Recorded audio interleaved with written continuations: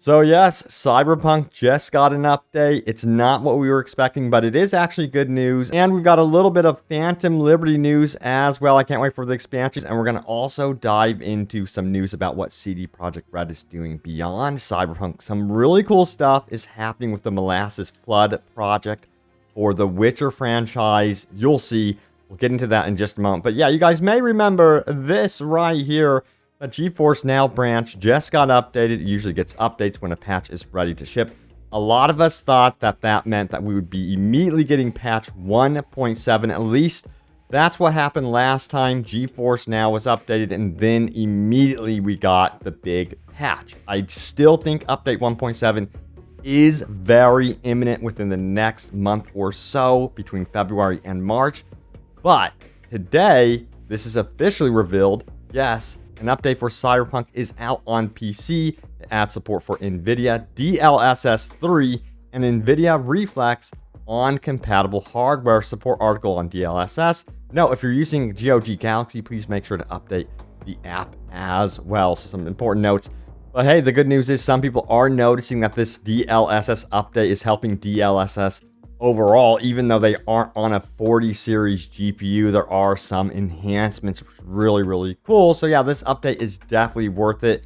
And if you are on a 40 series, this is extremely important to actually activate hardware accelerated GPU scheduling. So that's really noteworthy right there. But yeah, there's no doubt that DLSS 3.0 is definitely impressive, as you could see here clearly by the demonstration. The improvement in frame rate is going to be really, really great for those of you on the 40 series. I just hope that maybe, just maybe, we get even more optimization for everyone else, of course. But next up is going to be the Ray Tracing Overdrive. This is also going to be exclusive to those of you on the 40 series as well. But hey, maybe down the road when they remaster Cyberpunk 2077 on the PlayStation 6 and the Xbox 2, no, I'm just kidding, we would actually be getting that type of feature for everyone on consoles and stuff like that. So yeah, maybe, just maybe down the road, way down the road, we would be seeing these type of things added to Cyberpunk. And check this out right here. They announced the winners of the Growl FM Music Contest. They say we have picked these 14 awesome tracks to become part of Cyberpunk Phantom Liberty as the new 89.7 Growl FM radio station. Can't wait for you to give them a listen while driving around Dogtown. And here are the winners. We have 14 tracks brand new to this radio station. Can't wait to take a listen to them, but people are saying that they're like going to be rock punk themed. So I think it fits the tone of Pacifica very well. And yeah, that's going to be exciting, driving around a new Pacifica with this rolling out. Now, also, we have Marston Moment who says this about the Growl FM station. He says, was a huge project involving many different teams. Thanks to everyone, but first and foremost, thanks for the overwhelming response resulting in nearly 8K tracks to review. We'll talk more about this contest closer to Phantom Liberty's release. Congrats to the winners. So yeah, these 14 got very, very lucky because there was a lot of submissions to sort through for sure. Now, we have some other news about CD Projekt. You guys may remember they acquired a studio called Molasses Flood, who are working on the upcoming Witcher title. Well, guess what? We have some brand new updates about that one. It's going to have co-op apparently, and PvE and more. It's getting serious. Yeah, it's codename Project Series. So let's get into this article real quick. It says a series of senior job listings have revealed some details about the Molasses Flood's upcoming Witcher game, codename Project Sirius. The studio behind Flame in the Flood were acquired by CD Projekt Red back in 2021, and CD Projekt Red first mentioned Sirius in an investor call last October. Now, the project was initially described as an innovative take on the Witcher universe, telling an unforgettable story. We now know that this unforgettable story could potentially be told inside of a multiplayer game, or at least a game with multiplayer and social elements. So yeah, it's looking more and more like, to me, it's going to be a big co-op centric game. Now, furthermore, it says this: the job listing of senior multiplayer designer mentions co-op and PvE settings, a variety of game modes, class design, and social activities. So yeah, I'm getting more and more curious to see what this game is all about. They want to create games that are kind of spin-offs of their main franchises and have them less, I guess you would say, hardcore into, you know, all the RPG elements. That it's more like action adventure centric, I suppose. It goes on to say this right here as well. Other job postings call the game a stylized and systems-heavy action-adventure game. Even if Project Series plays similarly to CD Projekt Red's RPGs, it might end up looking a little different. The stylized approach would fit Molasses' previous looks with Flame in the Flood and Drake Hollow. The only other interesting tidbit was the mention of branching and non-linear storytelling, which sounds especially interesting in a multiplayer space. Of course, like any in-development project, this is all subject to change until it's in the wild. So yeah, it sounds like it's going to have a different look from what we've seen and known from CD Projekt Red in terms of visuals and graphics. Because, yeah, they aren't using the Red engine anymore. This project is also going to be embracing Unreal Engine.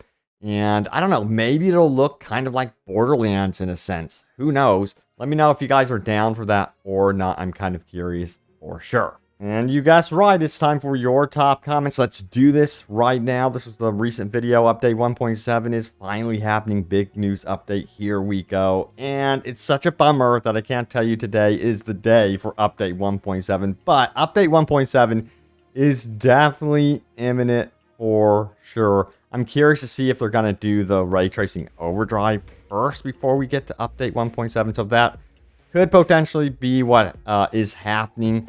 So I still think update 1.7 would most likely be out within the next month or so, between February and March. So yeah, look for any updates from me. I have you guys covered on this one for sure. But let's go ahead and get into your top comments right now. So we have this one right here from Hinbot, who says, I personally would have loved a story path in which you either take Takamura with you into Nomads because he shows a desire to belong. Want a family and interest in the storyline where we have to fight him, like if you do Devil, and had an option to side with your Nubu, but he fights you. Yeah, that would be really, really cool if they actually did that type of story path where you see, you know, one of the main characters or companions change sides or something like that and adapt to a different lifestyle. Man, that would be an interesting take.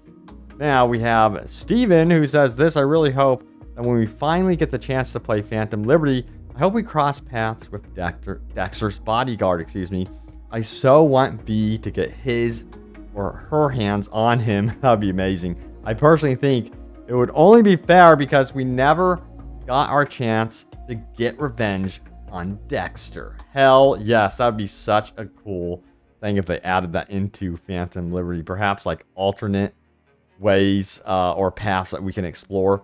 Then we have Gray Bear or Graybeard 226, who says this, as far as Red Mod goes, I don't create mods, but I do use a lot of mods and find not many are done on Red Mod, and did find it somewhat difficult to use, especially when using Red Script mods. I did get them to all play nice together, but have found it is better to install one mod at a time to know which mod may have caused a problem. That's the way to do it.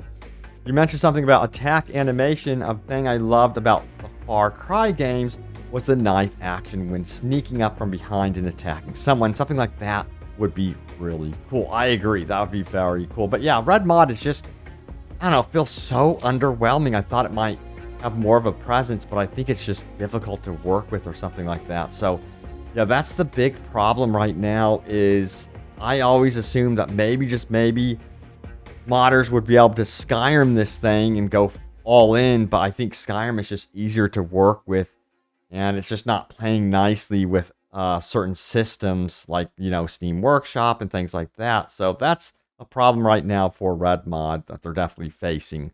Now we have Hayek Branch 273. He says this, I'm just disappointed that mods aren't coming to Xbox Series X or PS5 because they're pretty powerful and consoles are getting left behind pretty quickly because the update and DLC, that's it really for consoles.